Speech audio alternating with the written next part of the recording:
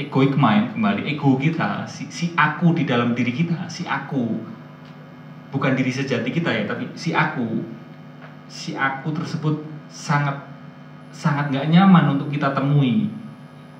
Si aku sangat lihai sekali untuk gimana caranya supaya kita tidak menemui si aku itu di dalam diri kita.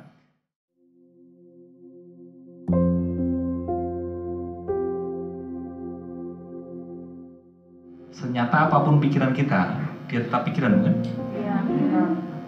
Sadarkah kita bahwa senyata apapun pikiran kita, tetaplah pikiran.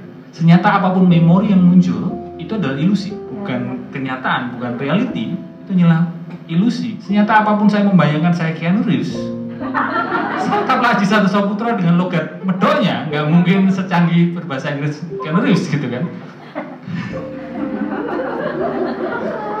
Sehingga dengan menyadari, berlatih sadar, muncul pikiran, sadari, thought, atau muncul perasaan, feeling. Dan latihan ini kenapa bisa membantu memulihkan batin kita? Karena dengan menyadari, dengan berlatih menyadari pikiran dan perasaan, maka kita seperti teman-teman pernah piknik di sungai, piknik di kali pernah? Pernah lah ya. Kita ya segenre lah ya maksudnya. Pernah lah ya. Piknik di sungai atau di kali, ketika kita berlatih menyadari pikiran dan perasaan, ini hal yang mendasar dan esensi. Karena menyadari pikiran dan perasaan itu seperti kita duduk di pinggir arus sungai, duduk di pinggir sungai. Saya duduk di sini dan di sini ada sungai. Saya duduk di luar, di pinggir sungai. Kalau arus sungainya kotor, saya perlu bersihin ya, karena duduk di pinggir sungai, di luar sungai. Mau arus sungainya kotor, mau arus sungai bersih, mau arus sungainya deras kencang ataupun dia pelan, saya hanya mengamati saja. Oh, arusnya kotor. Oh, arusnya bersih. Demikian juga kita melatih diri kita menyadari arus pikiran dan perasaan kita, sehingga dengan menyadari arus pikiran dan perasaan, kita jadi berjarak dengan pikiran dan perasaan itu. Dengan berjarak itu akan membantu proses perjalanan pulih kita. Dengan berjarak terhadap memori, berjarak terhadap imajinasi pikiran kita, kita akan lebih sadar penuh hadir utuh di momen saat ini, di sini kini. Berbagai masalah kita karena kita attach terhadap memori kita, bayangan akan masa depan, imajinasi masa depan. Ketika kita drop itu semua, ketika kita hadir sepenuhnya di sini kini, adakah yang jadi masalah? Mungkin ada yang beranggapan, ada mas, kalau aku nggak punya uang, kondisi saat ini tuh aku nggak punya uang mas. Bukankah ketika kita hadir sepenuhnya di momen saat ini, itu adalah sebuah masalah? Pertanyaan selanjutnya adalah, kondisi nggak punya uang ini menjadi masalah karena kita takut akan masa depan. Nanti gimana? Besok gimana? Pulsa gimana? Ya kan? Transfer ini, transfer itu gimana? Imajinasi akan masa depan, bukan? Ketika imajinasi akan masa depan ini, kita tidak terlalu attach terhadap imajinasi tersebut, kita lebih sadar sepenuhnya terhadap kondisi nggak punya uang. Kondisi nggak punya uang itu tidak akan terlalu membebani kita, maksudnya tidak akan terlalu bikin kita stres. Tapi bukan berarti terus, ya udah nggak usah berusaha mencari uang, nggak gitu juga.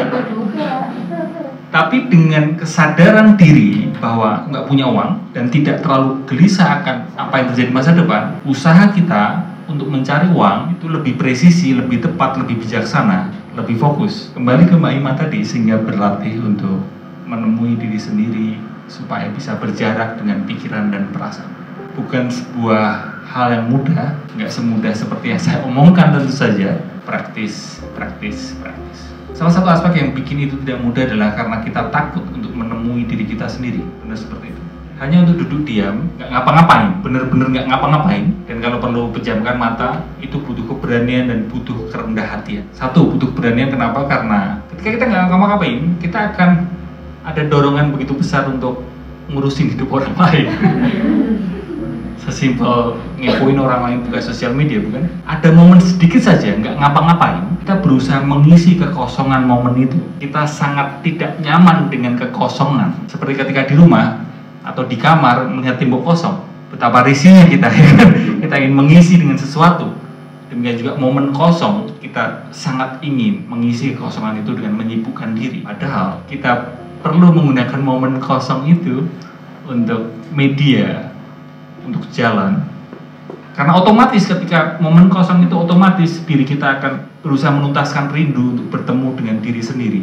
Ketika apa-apa, dan inilah yang bikin kita nggak nyaman. Dan yang kedua, perlu kerendahan hatian. Kenapa? Karena egoic mind, kembali ego kita, si aku di dalam diri kita, si aku, bukan diri sejati kita ya, tapi si aku tersebut sangat nggak nyaman untuk kita temui. Si aku sangat lihai sekali untuk gimana caranya supaya kita tidak menemui si aku itu di dalam diri kita. Maka perlu kerendahan hatian kita untuk menemui si aku di dalam.